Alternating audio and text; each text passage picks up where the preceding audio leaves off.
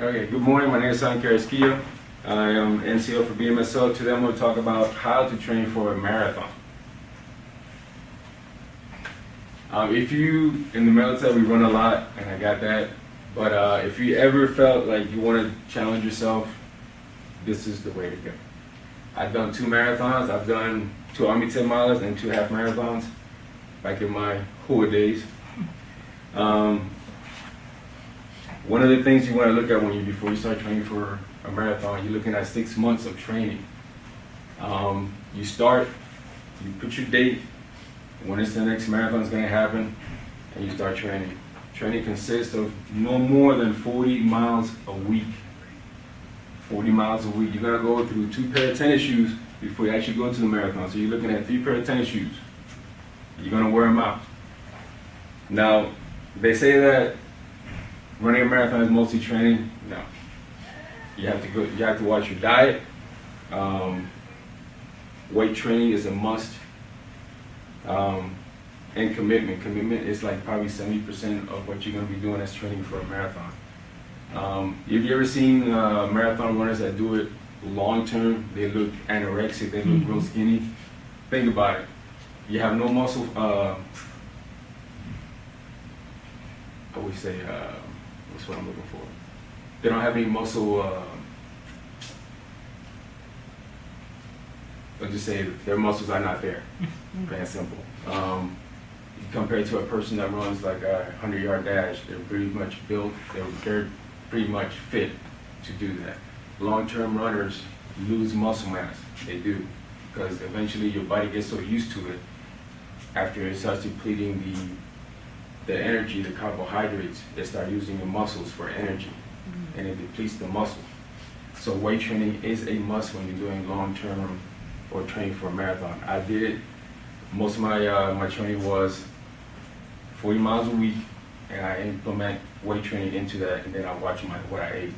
Now, before you start a marathon, before you start training, the days you run, you have to eat carbohydrates before you run, at least an hour before, so that is used as energy, not fat. That's what happens. You start with the carbohydrates, and then the body starts using the fat for energy, and then you're looking at muscle mass.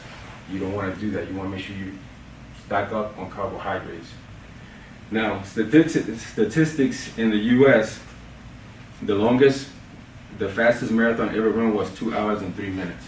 That's 26.2 miles in 2 hours. That's like unheard of. That's crazy. Let's see, the average cost to run a marathon is $67. And you're looking at registration, and you can get sponsors for this. It's a website called Runner's World, and they have a whole bunch of websites in there that you can actually go in there and get sponsored, and they can actually pay for you to go in there and run the marathon. Now, when you start doing your training for the marathon, you're going to look at half marathons. You want to do at least one before you do the actual marathon. So 3 months in to your training, you want to start looking at doing a half marathon, which is 13.1 miles. You finish that one, then you just keep training until you get to that point that you want to run a marathon. And believe me, some runners, when they do the half marathon, they hit a wall. They hit a wall. I say about the 7th mile mark, you're looking like you're running and you're not going anywhere. And you're like, man, am I going to be able to finish this? And eventually, once you get to that point, you got to keep pushing forward, and yet that wall just kind of disappears, and you get that second burst of energy, and you keep going.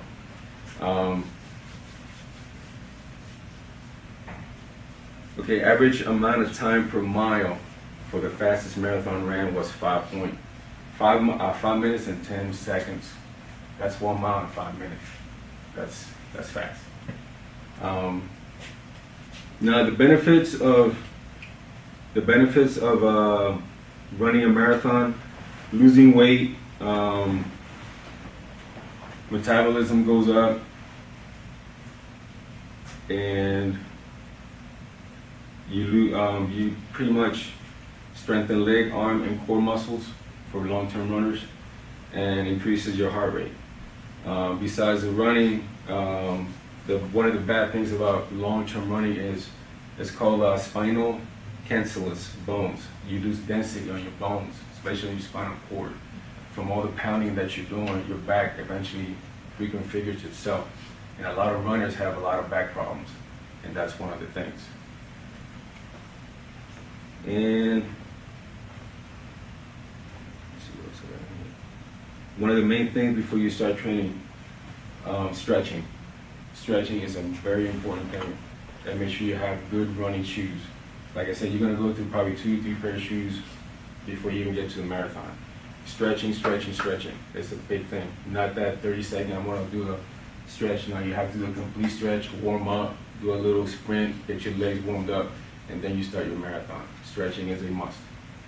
And that is my presentation about how to train and run for a marathon.